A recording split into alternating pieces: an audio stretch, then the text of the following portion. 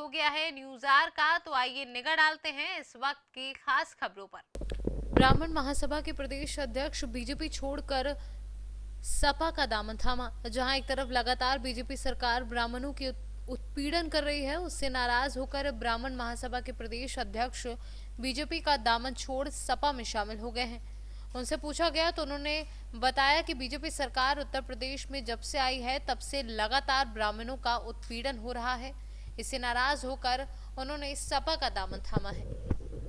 आज हमारे बीच बैठे हैं ब्राह्मण महासभा के प्रदेश अध्यक्ष जी। आज इन्होंने समाजवादी पार्टी ज्वाइन किए हैं। आइए जानते हैं कि समाजवादी पार्टी ज्वाइन करने का क्या मतलब है।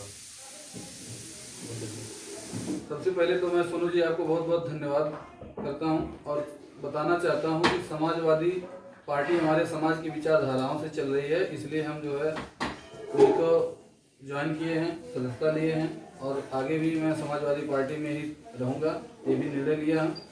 और सबसे बड़ा कारण ये रहा कि जो मैं भाजपा छोड़ के समाजवादी पार्टी में समाहित हुआ हूँ, उसका कारण यह है कि प्रदेश के मुख्यमंत्री बनते ही, भाजपा सरकार बनते ही हम लोगों को ब्राह्मणों का शोषण होना शुरू हो गया।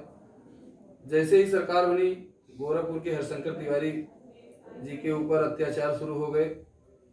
चुल्लू पार की विधायक जी के ऊपर विरोध में उनका वो शुरू हो गया विरोध। उसके बाद ऊंचाहार में जैसे ही सरकार बनी, ऊंचाहार में 5 ब्राह्मणों की जला करके निर्मम हत्या हुई। हम लोग गए भी थे वहाँ पे। अच्युतानंद शुक्ला की हत्या हुई, बस्ती में कबीर तिवारी की हत्या हुई, कमलेश पांडे हिंदू हृदय सम्राट जो राष्ट्रीय अध्यक्ष है कमलेश तिवारी जी, उनकी हत्या हुई। आप सभी लोग से कुछ छुपा नहीं, आप लोग मीडिया के बंधु, आप लोग सब लोग जान रहे हैं। और इस तरह के लगभग हजारों हजार की संख्या में ब्राह्मणों का हत्या हुआ, शोषण हुआ। हम लोगों की बात कहीं नहीं सुनी जाती है, हम लोगों का कहीं पे कोई मान सम्मान नहीं है।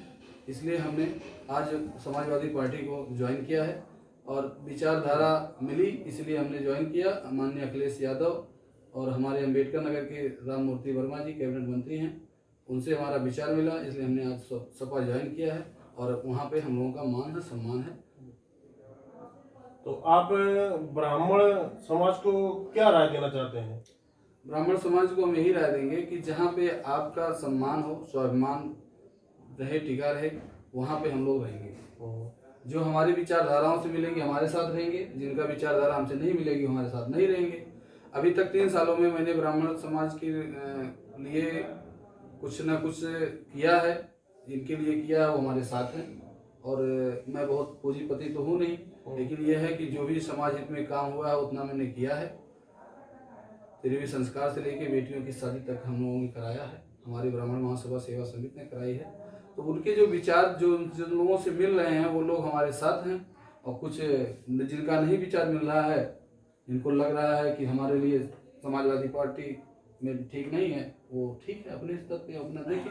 हम लोगों को लग रहा है, आज हमने सैकड़ों लोगों को सदस्यता दिलाई है ब्राह्मण समाज में और अम्बेडकर नगर में, और आगे भी कोशिश रहेगी कि हमारे हजारों हजार की संख्या में हम लोग सदस्यता ज्वाइन कराएंगे लोगों को, और अपने भाइयों को जो है ज्वाइन करा के उनका स्वाभिमान सम्मान जो बीच में अभी इस सरकार में चला गया है उसको हम लोग वापस लाएंगे। तो आप क्या कोई चुनाव की तैयारी कर रहे हैं क्या, कैसे कुछ जी उसके लिए बताएंगे? जी, मैं आलापुर विधानसभा से जहांगीरगंज विकासखंड ब्लॉक से जो है जिला पंचायत सदस्य का चुनाव का जो है दामन थामा हूँ। आगे पार्टी ने आश्वासन दिया है टिकट के लिए, अब देखिए जैसा होता है राष्ट्रीय अध्यक्ष जी के निर्णय और यहाँ के अम्बेडकर नगर के प्रभारी जिला अध्यक्ष वो कैबिनेट मंत्री जी का जैसा आदेश होगा वैसा पालन होगा। बहरहाल हम चुनाव की तैयारी कर रहे हैं और चुनाव हम लड़ेंगे।